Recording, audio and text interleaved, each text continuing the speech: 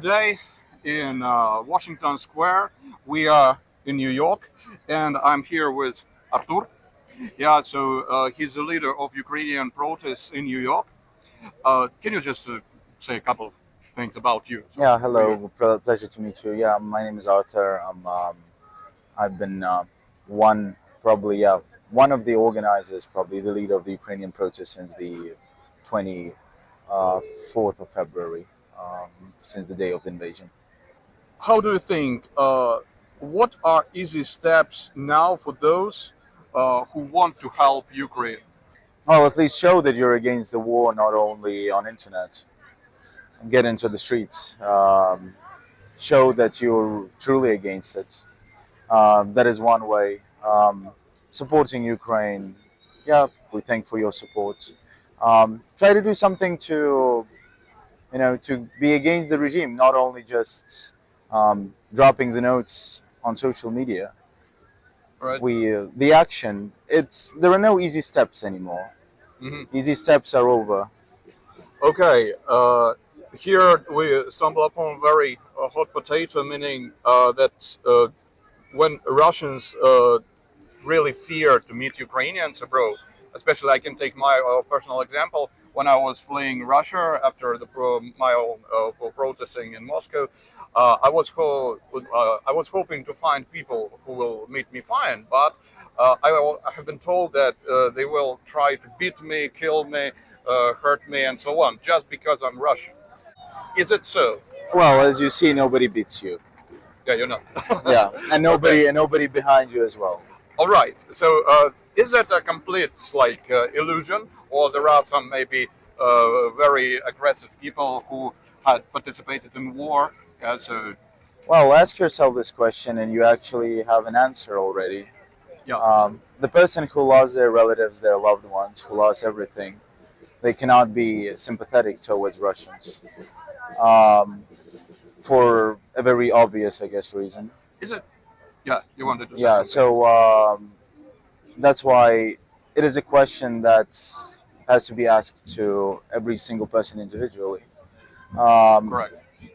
we try to stay neutral, at least in our emotions, and of course, definitely, we will beat nobody.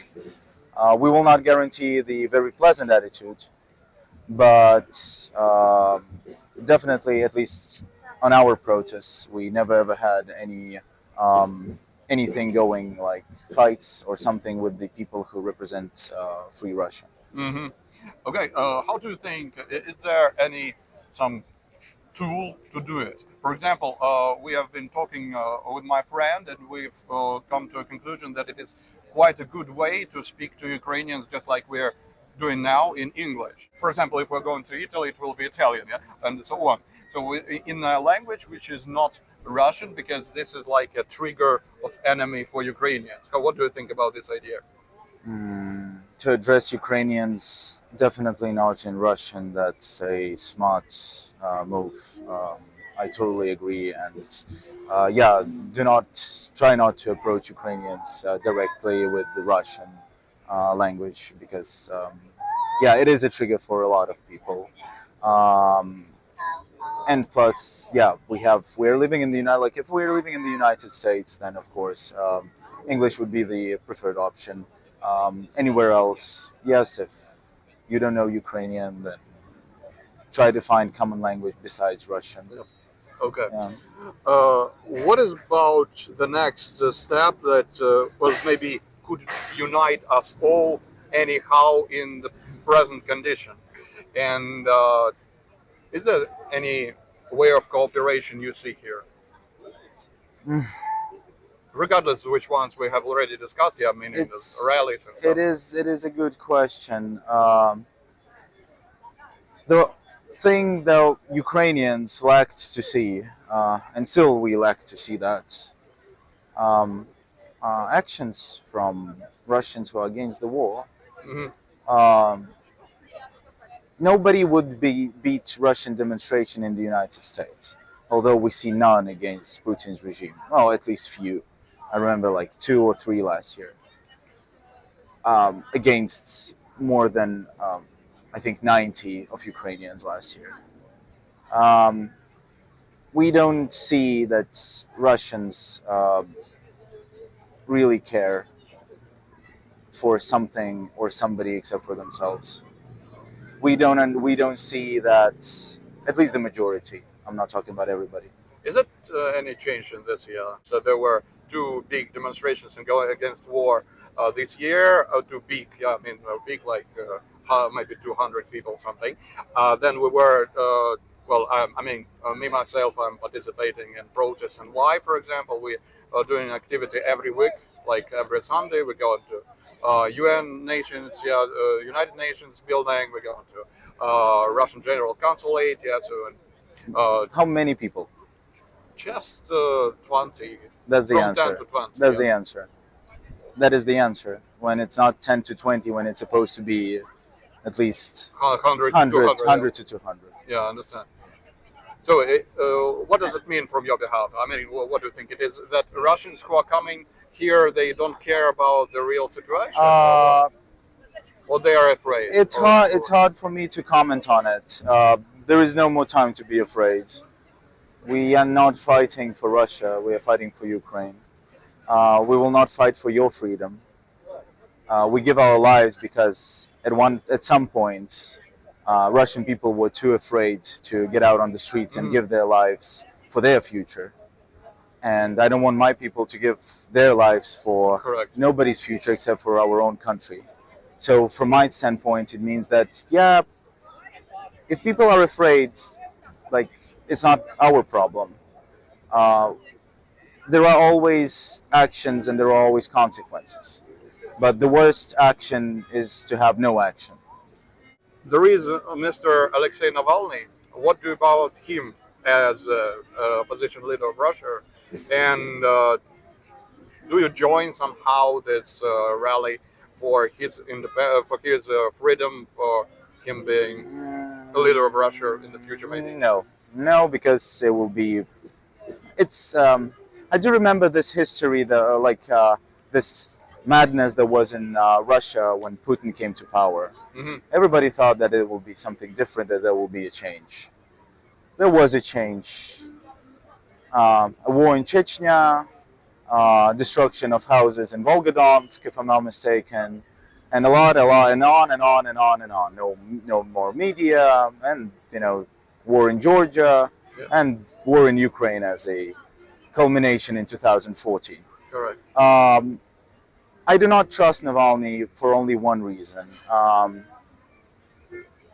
He, from my point, is he a politician? Yes, he is a politician. Is he a leader? Definitely he is. But where would he bring Russia? Would he be willing to give up power when time comes? What are his thoughts over independence of republics of Russian Federation that are willing to be independent, like Chechnya? Am I right to say that you doubt him being? I doubt him being so fluffy and good. I doubt. I doubt. Could be another Putin. I assume yes. Mm-hmm. He has ambitions. I've seen a lot of his videos. I followed him as a lot of people from Russian politics. And yes, it's very cool to show corruption. But what was the result? Okay. Pushing forward after Bolotna, he didn't push. Although it was a chance. I assume it was the lost chance, but it was a chance. Well, there are a lot of people who really criticize him for that. And even remembering the event which has happened in Russia yesterday, the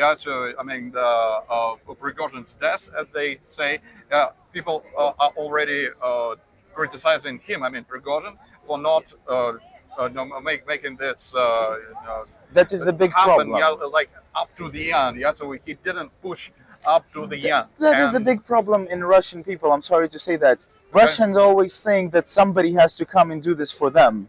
Mm-hmm. Nobody will come. You have to do that on your own, as Ukrainians did, as every other country did. There is no one, someone else. Okay, small, sort of conspiracy here. Just this question is very popular among Russians. Did you have some money from the United States for Maidan? Did you have some? Me personally, no. I went there because I wanted. I was Mhm. living in Kiev that period. And I know a lot of people who just came there because they felt so. I don't know Okay. who got money. Were there money? Probably. I don't know. I haven't seen them. Was it really like pushed by the United States No. and the West? No, it wasn't. We, come on, I come to your home, bring another person who is not a very good one and say, okay, he will be the chief in your apartment. There is a movie about Nemtsov, if I'm not mistaken. The name is A Man Too Free. Like, Yeah, there is. Mhm. like I would say that it's not about like the name, like the name comes like men. This name suits to him in terms of Russia, but Ukrainians are the nation to be too free. Mhm. We like our freedom. All right. Well, thank you for that. The final one will be the following. Just how soon do you think will all this end? Just Mhm. from your point of view, and will we someday be friends again? I don't know when it will end. Depending on your beliefs, either God knows or the universe knows. So somebody knows, but not me. Uh, the only thing I can have is to hope that it will end soon. Will friendship be possible? Not in our generation. Hmm. I don't know if it will be possible in next generations. A lot of work has to be done. A lot of work not by Ukrainians, a lot of work by Russians to show that this imperialistic mentality that a lot of Russians have changed. Because now, when you ask Russian a question, who like like Crimea belongs to what country? They always like now they will like the majority of them will answer Ukraine. But the second question is, does Chechnya deserve to be independent? And that is the question where a lot of Russian liberals show their face. Because not all of them will say, yeah, of course, they deserve it. Or, yeah, of course, we can have a referendum. A lot of them will say, no, no, no, it's part of Russia. Hmm. Same with any other, like Tatarstan. Hmm. Tatarstan, if I'm not mistaken, was the only one republic that had a president. Correct. But still, Imperial syndrome. yeah, yeah, it's more like imperialistic syndrome. Hmm. And that is this change. We owe, like, nobody owes nothing to nobody. The narrative of the winners of the Second World War, or how it's called, the Great Patriotic War, which is again a division of the global event. Come on, just take a cold shower and realize you're living in a world, nobody owes you nothing, and you literally have to understand that, assume that, and continue living without looking at your neighbors, without looking at the problems that your neighbors have. Take a look at what you have done or what you have not done. Stop thinking that somebody will come and solve your problems. Say, if someone is participating in Navalny protests and coming also to support Ukraine, say, stand with Ukraine, is it fine? It is absolutely fine. It is people's right. We're not getting involved into internal things in Russia. Again, we do not support the slogans "Free Navalny" on Ukrainian rallies. Yeah. But if the person is willing to come and to distinguish these two matters, because liberating Navalny and ending war in Ukraine are not actually the same for Ukrainians, please, you're always welcome. Do something. As you can see, I'm joining the rally today. They don't beat me. I'm fine. And I really do it on my own behalf. I really wish it. And I'm not paid for that. Absolutely. No, a single cent, not a single grivna, yeah, not a single ruble. Even if you wish, we don't have that much money. Okay, thank you so much. Thank you.